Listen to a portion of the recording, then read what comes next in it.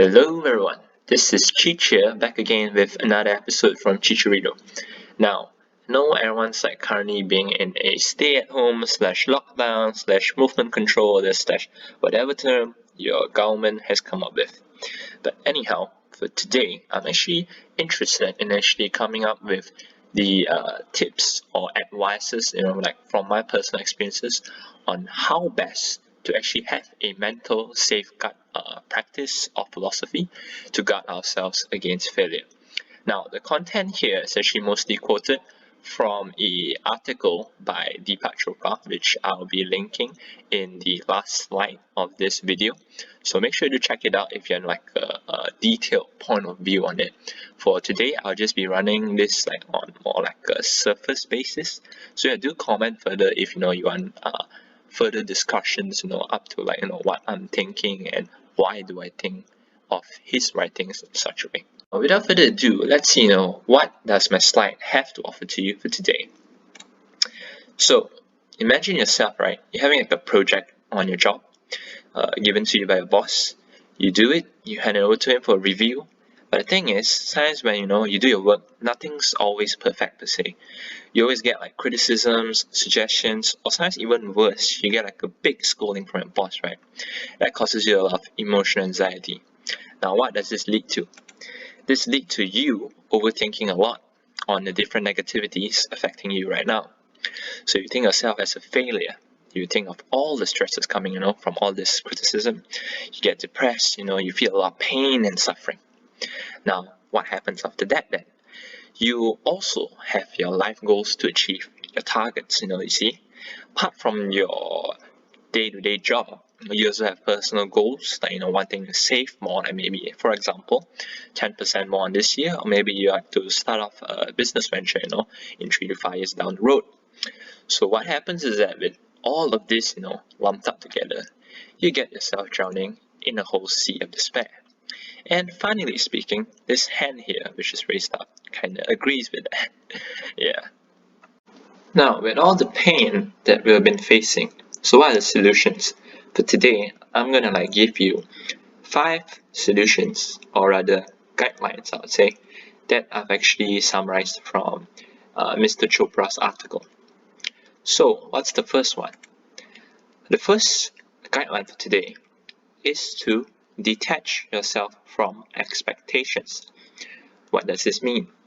So, being a normal human being, we have our own expectations due to our family upbringing, our exposure in our environment, be it to the schools that we come from, the friends that we mingle with, the content that we digest. So for example, I'm someone who actually grew up with parents who are very detailed, very meticulous about doing the things. So for example, my mom would insist that I arrange my shoes in a certain manner before going into the house. So as you can see, by having this sort of upbringing from a very young age, when I were to go to a friend's house whose house is very messy or cluttered, I would naturally ask why is it so messy, shouldn't this be more oddly arranged? But the thing is, that is our own expectations, but not our friend's expectations. You see, he could have come from a family who doesn't really prioritize that. So the thing to note here is that we've got to be aware of our own expectations and how did it come about. The thing is that sometimes it's very hard to realize that these sort of expectations arising from where, because we're so used to it that we don't reflect that much on where it comes from. So the thing to note here is that you got to be aware of it, but at the same time, when the expectations do arise, you got to practice letting it be more open-ended. Now, what does this mean? You got to think of it coming from all points of view and all angles. For example, when I went to that friend's house, which is very messy, very cluttered, maybe I can instead of insisting that it should be neat I can talk to him hey, why is it always so dirty or messy? Why is it always disorganized? And maybe he could tell oh, the thing is I like putting things here and there, because it makes me feel like, I'm doing work, you see. It kind of gives me a sense that, there's progress here and there. I mean, to us, maybe it sounds absurd, like, how does that equate to progress? But the thing is that everyone has, different minds. So we got to, like, do our best in, like, having an open-ended thought process, and thinking from various point of views. I know this is easier said than done. Even I myself have difficulties, but rest assured that, the more you are, tuning into yourself to be aware, and the more that you practice letting your expectations be more open-ended, the easier and more blissful your life becomes. So that is all for solution 1, detaching from expectations. Moving on to solution 2, it's to do with going with the flow. This is actually one of my, closest relatable life principle that I've been practicing since a very young age. To give you actually a background on this, I've actually practiced this since the age of 13. Just to give you a brief summary, at age of 13, I actually had leukemia. For those of you that do not know, it's actually blood cancer. That's right. So I actually go through 1 year of hospitalization, controlled diet, going through chemotherapy treatments, doing blood testing, like every month just to see how things are. And once I recovered, throughout that 1 year of treatment, I had to take medications for 1 year and also make sure that I had constant medical checkups then. Well, see, the thing is that at the point of being diagnosed with cancer, I was actually very devastated. As a 13-year-old kid, you do not really know, how life's gonna go. Am I gonna die, or is there nothing left to actually do? But instead of actually being worried too much about it, I just committed to the treatments. I changed my mindset. Like, all right, let's just do with what we've got to do. So this cancer thing is kind of like the flow that that came to me. This situation or predicament that came to me. But for me, I'm like more of like the probably like the sea creatures with the sea, going together with it instead of like resisting the flow of this. So instead of actually being too worried about it, I committed to the treatments. I actually enjoyed my time in the hospital, surprisingly, because partly it's because I didn't have any school to attend to. I mean, chemotherapy and all can be pretty hurting at times. It ruins your appetite, it ruins your health, it makes you bald. But thing is that I actually got more time to actually read up on a lot of things. I actually do game as well in hospital. Yeah, I do admit that I'm actually quite a privileged person to be able to afford all these treatment measures and also having my cancer detected at an earlier stage. But what I'm trying to say here is that regardless of how bad the predicament is coming at you, you do get devastated at first. But you have to, once again, be aware of your state and do that. I mean, put in that effort, that active effort to actually, switch your mind around. You gotta like somehow have a monologue with yourself, right? Cheech, I know we are in bad times, but let's see what can we salvage through all these, like what can we turn around, what are the measures we need to take to overcome this cancer, what do I have to sacrifice in terms of my diet, in terms of like my daily routine, things like that. You just got to work your way around it. So which goes to the mini quote down there: instead of trying to steer the river, sense its current and let it carry you along. So I hope that that makes you understand thoroughly the thought process behind this. So yes, that is it for part 2, going with the flow. Moving on to guideline number 3. What is it? Well, 3 is to be patient with the outcomes. Now, quoting this mini quote down there: having patience with an unfolding situation and observing how is it moving before you react. Now, for this thing here, I think it can be interpreted in various angles, but for my angle, it's more towards like, okay, I'm gonna like give you a situation so it's easier to relate. So imagine, remember how we were talking about the project that we're doing this now in the company. So your boss actually scolds you for it, or he gave some criticisms like, yeah, you could have improved in this slide coloring, the theme, or the it's just too clunky with words, things like that. So usually we would feel quite pissed off, or we'd be like, boss, you don't understand anything about this, I do this more than you. Like we have a lot of rash thoughts like this. But truth to be told, sometimes people they say things for a reason at times, and we've got to be understanding on that, and yet have the patience to deal with it. So what I'm trying to say here is that, so probably your boss scolded you, but maybe we haven't really analyzed it from another situation. Probably it's time to just be patient with what he just commented, or how he or she just scolded you, and try to look through. Probably maybe your work is really too clunky with words, or maybe the theme just doesn't fit right for the client you're dealing with. So the thing here is that instead of letting your emotions dictate how you react to the situation. I mean, of course emotions will come when you're happy, sad, or angry. It's alright, it's totally fine as human. But the thing is that we sometimes have to override the emotion with a logical awareness in place as well, to think like, okay, maybe my boss scolded me for a very good reason. Maybe I've got to look through this in even more detail to ensure that he doesn't have any more major comments on this. So the point here is that you gotta be patient, as in withhold that sudden rush of emotion, and work it out. The outcomes will reward you later on. So that's all for part 3. Moving on to solution 4.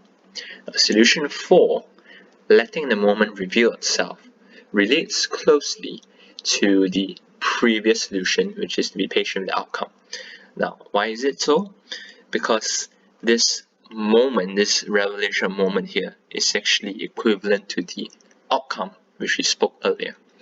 So if you look at the meaning quote here, look for the hidden potential that exists in almost every zig and zag if you're aware enough to see it. What it means here is that we've got to find the opportunity in every problem or predicament we are facing. Now, let me tell you a very interesting story. I've actually heard of this in a design thinking workshop I've actually attended. So there's this person actually walking down the streets, but he or she notices that there was this person who was actually throwing away a bunch of eggs. So this person walking down the street can ask the person who's chucking all the eggs away, why are you chucking away all these eggs? Isn't it quite a waste? Oh, then the guy who's chucking it away said, well, because we're using this for production, these eggs they don't look quite nice, so I actually had to dispose them away. Even if I do sell it, people aren't going to buy it because they look hideous. So the person who was walking down the street, then suddenly had an idea. He was like, oh, you know what? Instead of throwing it away, why don't you sell it to me, at a cheap price, and I'll take it off you, reducing your burden. So that person who ended up buying all those eggs, which actually looked ugly or hideous, actually cracked open all those eggs and used those eggs to form, I think it was like some batter, something to do with some baking ingredient, and sold it off for a profit. Now, as you can see here, the point here is that we need to always be observant, but at the same time trying to link issues to do with opportunities that we can transform. Instead of seeing an issue as an issue, we should practice the habit of looking at it on the pretext of, oh, how can I actually utilize this situation for for a community benefit, maybe self-benefit as well, but you see the angle I'm trying to approach here, right? So that sums up what point 4 is about, letting the moment reveal itself. So that is all for guideline or solution number 4. Let's move on to the 5th one, which is the final one. So what is it? It is to go deeper inside for a better perspective. Now, I'm not asking you to don a scuba diving suit, jump into the vast blue ocean, deep down, go in and get a better perspective. No, I'm not asking you to do that. I'm asking you to actually have some alone time, It can be like every day, once every few days of alone time to self-reflect. And when I say self-reflect, it's like to ask yourself, how did I do today, Like maybe at work, like was I managing my emotions well? Was I doing my best at the performance? And how best can I improve that performance or the way I handle my emotions? What steps can I take? Do I need to read up any books or articles on that? Do I need to talk to someone who's like overcome that? Or do I need to really see a psychiatrist? To actually understand my condition if it's actually really severe.